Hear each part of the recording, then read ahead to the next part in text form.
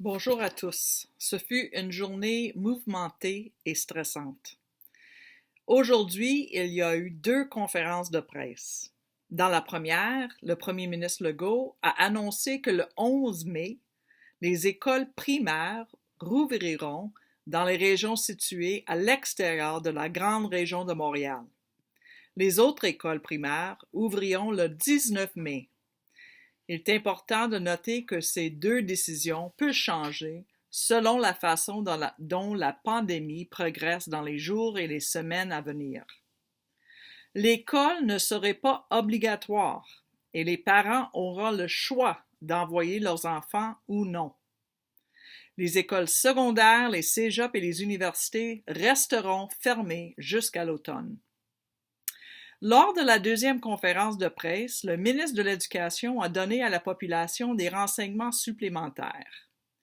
Il nous a dit ce qui suit: que les enseignantes et les enseignants de plus de 60 ans, celles et ceux qui ont des antécédents médicaux ou ayant des enfants qui en ont, et les enseignants qui sont enceintes continueront de travailler à domicile. La taille maximale de la classe serait de 15 élèves. La distance sociale de 2 mètres est toujours recommandée. Des mesures strictes seront mises en place pour désinfecter et assainir les bâtiments. Des services de garde seront également disponibles au fur et à mesure que les écoles rouvriront. À ce stade, aucun équipement de protection ne serait fourni aux enseignantes et enseignants. Les centres d'éducation aux adultes resteront fermés. Les centres de formation professionnelle seront autorisés à ouvrir certains cours pratiques, mais seulement la moitié des étudiants pourront y assister à la fois.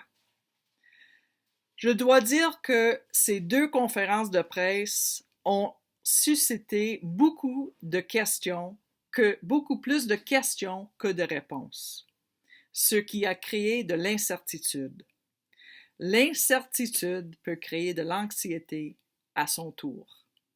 Notre responsabilité à l'APEC est de nous assurer que le personnel enseignant est en sécurité.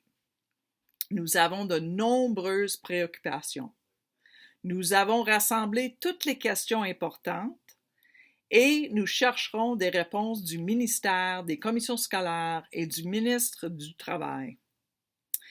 En tant que société, on nous a dit depuis plus qu'un mois que si vous restez à la maison, vous serez en sécurité.